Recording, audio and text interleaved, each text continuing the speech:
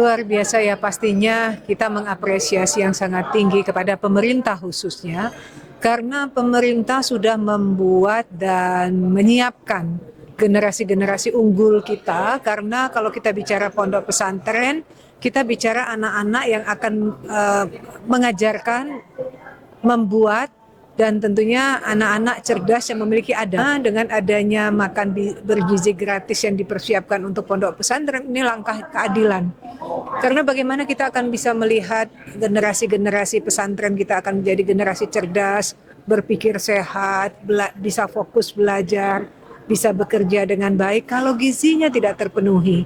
Jadi ini langkah baik yang memang kita apresiasi, dan kita berterima kasih kepada pemerintah yang sudah jauh memikirkan bagaimana mempersiapkan generasi-generasi emas, terutama dari pondok pesantren. Ya, kita tahu bahwa di pondok pesantren pastinya mereka punya dapur umum yang memang setiap hari anak-anak dipersiapkan untuk mengkonsumsi makanan-makan itu. Apalagi sekarang udah ada campur tangan pemerintah menyiapkan dan memfasilitasi. Pastinya pondok akan lebih fokus lagi untuk mereka membuat tim. Biasanya kan anak-anak pondok juga dilibatkan untuk bisa menjadi bagian dalam kepanjangan memfasilitasi makanan-makanan bergizi tersebut. Dengan adanya makanan gratis yang dipersiapkan oleh pemerintah, dengan sendirinya makanan-makanan sudah ada item gizinya yang sudah harus dikonsumsi untuk anak-anak setiap harinya, baik itu bicara yang adalah isi piringku, yaitu karbohidrat, protein, buah, dan sayur. Jadi kalau kita bicara mengenai protein, tentunya bukan hanya bicara daging saja, bisa pakai tempe, telur, dan lain-lain.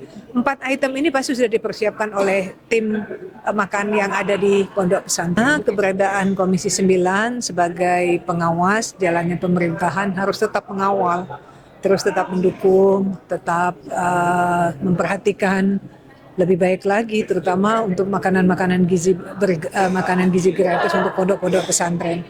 Karena kita tahu pondok pesantren itu di daerah yang agak menjauh, sehingga kemudian karena membutuhkan lahan yang besar mau nggak mau kan jauh dari tempat-tempat atau perkotaan di mana mereka membutuhkan makanan-makanan yang bergizi. Tetapi alhamdulillah kalau saat ini karena memang sudah ada standarisasi dari pemerintah untuk item dari makanan bergizi gratis seperti apa, tentunya pondok akan lebih aware lagi, karena kita tahu pondok itu tempat orang dididik secara baik untuk bicara namanya kejujuran, bicara namanya kepentingan masyarakat, bicara bagaimana pondok itu akan mendidik anak-anak agar mereka berani untuk bisa melakukan apapun dengan baik, terutama saat ini ada tanggung jawab dari pemerintah. Kalau kita bicara mengenai banyaknya pondok pesantren di dalam satu pondok pesantren, itu sudah sesuatu yang budaya yang biasa, karena memang di sini itulah kelebihan dari pondok pesantren ya, bagaimana loyalitasnya santri-santri untuk bekerja, terutama untuk kepentingan bersama. Jadi kalau 3.000, 10.000 pun mereka mampu, karena memang bicara mereka adalah hati dan tanggung jawab. Tepat sekali kalau kita memfasilitasi dapur terhadap pondok pesantren. Kalau bisa sih mulai dibanyakan lagi pondok-pondok pesantren yang lain yang memang belum tersentuh, terutama di daerah-daerah yang terpencil yang jauh dari perkotaan.